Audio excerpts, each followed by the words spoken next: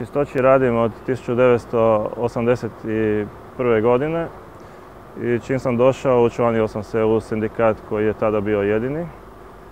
Odmah sam razumio, shvatio sam koja je uloga sindikata, da je sindikat taj koji sklapa kolektivne ugovore preko kojih se reguliraju prava radnika, da je sindikat taj koji će štititi interese radnika i koji će pružati razne usluge tipa pravnih pomoći ili nečega drugoga. Pod tim sindikatom brojni radnici nisu bili zadovoljni jer su mislili da je vrijeme da pokrenu određenu inicijativu vezanu uz uvjete rada i vezanu uz materijalna prava radnika. I pošto je to onda nezadovoljstvo bilo toliko veliko, odlučili smo se formirati drugi sindikat kako bi upravo ta pitanja pokrenuli.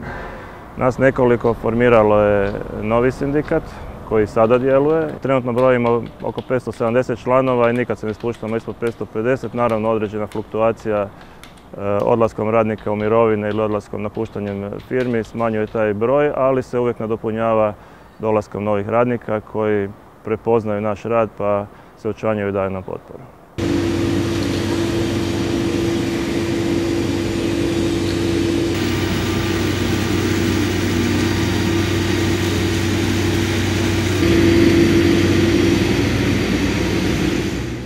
Najvažnija naša bitka je bila prošle godine kada su se vodili pregovori oko kolektivnog ugovora za radnike Zagrebačkog holdinga. Ja sam bio član pregovaračkog odbora. Pregovori su trajali od 3. mjeseca do 12. mjeseca. Bilo je žustro, bilo je mnogo prekida. Na sastancima koje smo mi imali, naš pregovarački odbor sindikata, pokušali smo naći koja je najbolja strategija da zaštitimo one najslabije plaćene radnike koji u principu i kod nas obavljaju najteže poslove.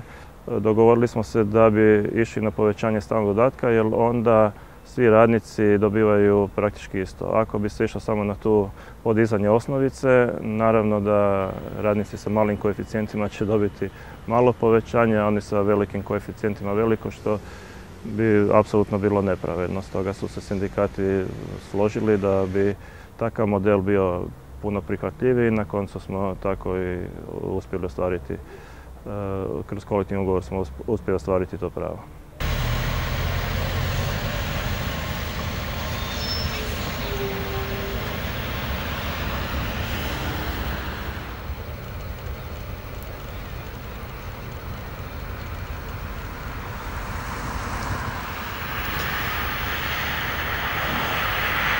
Mogu nažalost reći da danas naš poslodavac ne poštuje socijalne partnere.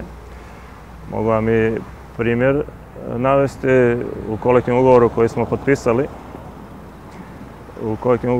potpisali stoji članak 167 gdje se trebalo u roku 90 dana napraviti prilog kolektivnom ugovoru sa koeficijentima složenosti posla i dodacima na uvjete rada. Naravno, to je nama bilo vrlo bitno, obzirom da postoji nejednakost između podružnica u poslovima koji su identični, koji su uparivi, tako da u jednoj podružnici koeficijent je recimo 2,05, a u drugoj je 2,30 za poslove koji su identični. Svaki sindikalist bi trebao biti pošten, nepotkupljiv, borben i trebao imati razumijevanje za potrebe svojih radnika. Ono što je nama isto posebno važno, to je da svaki naš član mora znati kako se troši članarina koju plaćaju i zato svaki naš radnik, zapravo svaki naš član ima pravo uvida u financijsko poslovanje. Nezamislivo je da uopće da ne bi bilo sindikata u čistoći. Kako bi se potpisali kolektivni ugovori, kako bi to moglo funkcionirati, bez sindikata je to jednostavno nemoguće.